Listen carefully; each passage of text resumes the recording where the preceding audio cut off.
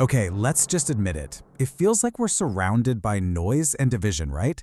So how do we actually have conversations that, build a better world instead of just tearing things down?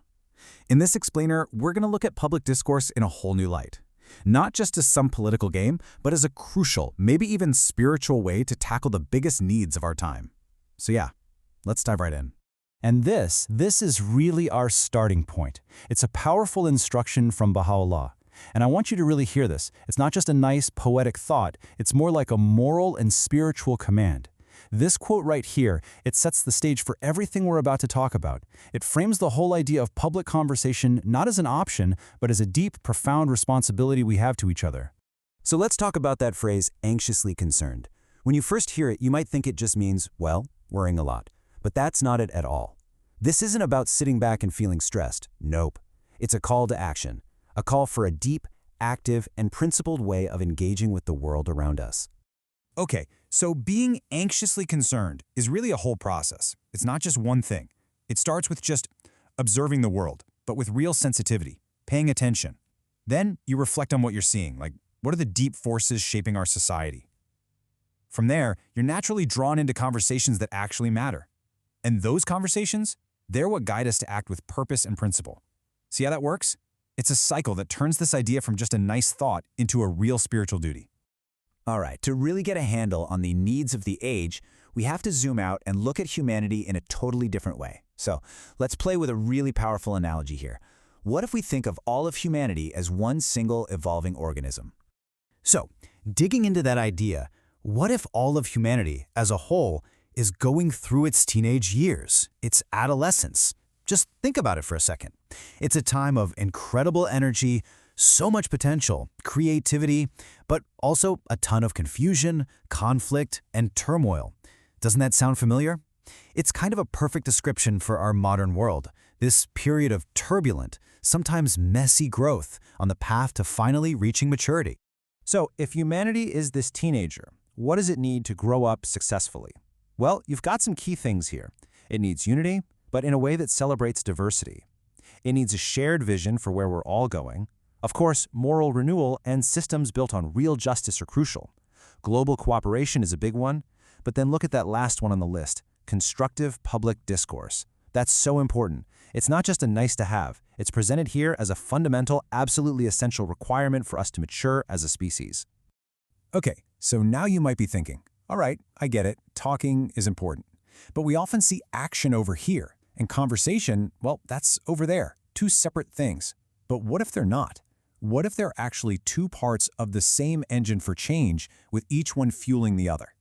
And here's how that engine works. It's a learning cycle. So step one, you take social action. You get your hands dirty. That action generates real-world experience and insight. Step two, all that learning gets fed back into the public discourse, making the conversation grounded and authentic, not just abstract.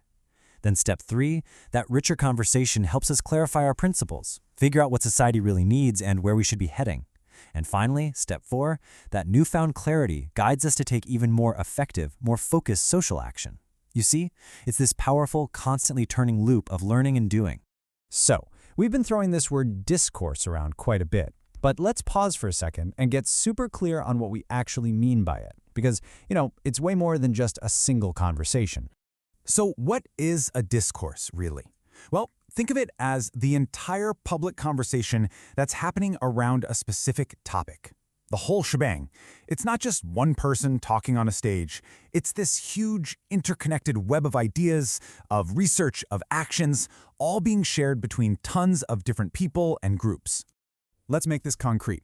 Take environmental sustainability. The discourse on that isn't just one thing. It's the scientific research papers being published, it's the new policies being debated by governments, it's the news coverage you see every day, the stuff being taught in schools, right down to the community recycling programs and grassroots movements. Oh, and of course, the big international climate summits. All of that, all of it together, that's the discourse on the environment. And here's the crucial part. For a discourse to be healthy and actually productive, it has to have these three features. First, it has to be public, open to anyone who wants to follow along or jump in. Second, it's got to be directional. It needs to be moving somewhere, aiming for deeper understanding and real solutions. And third, it has to be rigorous. This means it's shaped by actual evidence, solid principles, and thoughtful consultation, not just, random opinions floating around on the internet. Okay, let's zoom in on those last two ideas, rigor and direction. Because honestly, these are the two things that stop a public conversation from just turning into chaotic noise. They're what give a discourse real structure and a sense of purpose. And man, the difference between a rigorous discourse and just a chaotic conversation is night and day. Look at this. On one side, you've got evidence-based thinking, reasoning from principles, clarity, real consultation, there's accountability. On the other side, you've got polarization, misinformation, superficial arguments, people just giving monologues instead of talking with each other. It's pretty clear, right? One of these moves us forward, and the other just spins us around in circles, getting us absolutely nowhere. So, what does a directional discourse actually look like in practice? It follows a pretty logical path. It starts with just awareness of an issue. That awareness then grows into real concern. That concern pushes us to analyze the problem, which then informs policy. The policy leads to action, and here's the key part. The action leads to learning and refinement, which feeds back into the whole process. This isn't just theory. This is literally how societies learn and solve their biggest problems. All right, let's pull all of this together. What are the big takeaways here? First, that engaging in public discourse is more than just talking. It's a spiritual responsibility. Second, it's about addressing the needs of a humanity that's going through its turbulent adolescent phase. We also saw that action and discourse are locked in this powerful learning cycle. And we learned that a healthy discourse has to be public, directional, and rigorous. And maybe the most important point of all, every single one of us, every person in every community can contribute. And all of this brings us to one final big question. And this one's for you.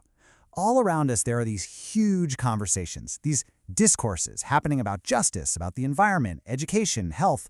All of them are shaping the future of humanity. So the question isn't really if we should engage anymore. It's how and where. So I'll leave you with this. Which discourse, which one of these world-shaping conversations will you contribute to?